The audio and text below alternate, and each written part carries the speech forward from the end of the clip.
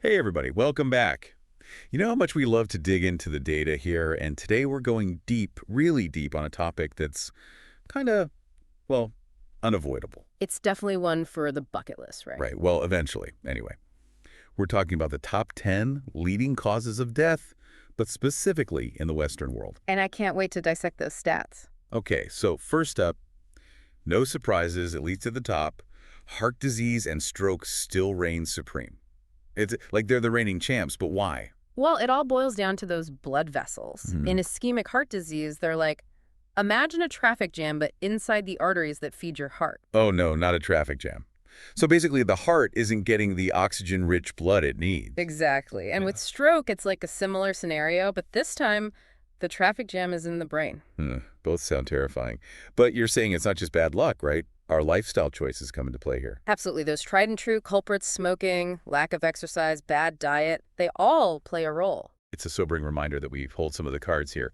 So moving on down our list of unwelcome guests, we have COPD. Chronic obstructive pulmonary disease, to give it its full title, basically makes breathing, something most of us take for granted, a real struggle. It's like those airways that carry air in and out of your lungs are damaged and narrowed. You got it. And the biggest culprit, you ask, you guessed it, Mhm. smoking. Figures. So if you needed another reason to quit or never start, there you have it. And sadly, it doesn't end there. COPD also increases the risk of another big one. Lung cancer, which just so happens to be next on our list. It's all connected. Speaking of connections, let's talk about a disease that often hits close to home as our loved ones age: Alzheimer's. It's heart-wrenching. Alzheimer's slowly robs individuals of their memories, their cognitive abilities. And there's no cure. Right? Boy. Unfortunately, not yet, but research is ongoing. Fingers crossed for a breakthrough.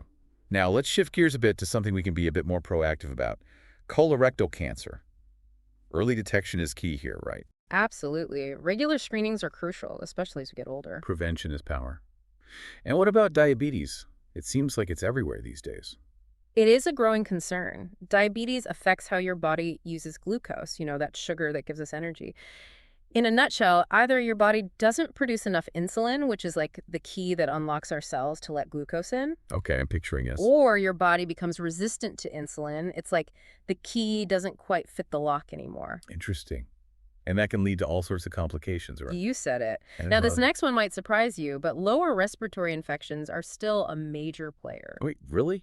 I thought with all our modern medicine, we had those under control. You'd think so, right?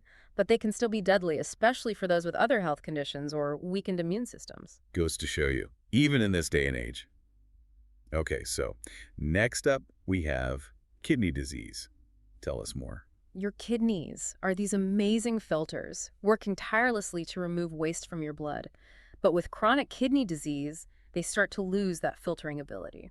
And this can happen for a number of reasons, right? Exactly, like diabetes or high blood pressure, which we know are both prevalent in the Western world. It's like a domino effect. Yeah. And finally, we come to liver disease, often, sadly, associated with lifestyle choices. The liver is like the body's detox center, but too much of a good thing, like alcohol, can really take its toll. So looking at this list, it's clear that lifestyle plays a huge role in our overall health and longevity. Couldn't agree more. What we eat, how much we move, whether we smoke, these choices have a direct impact. What a powerful reminder for all of us. So listeners, we've covered a lot today, some heavy stuff, no doubt.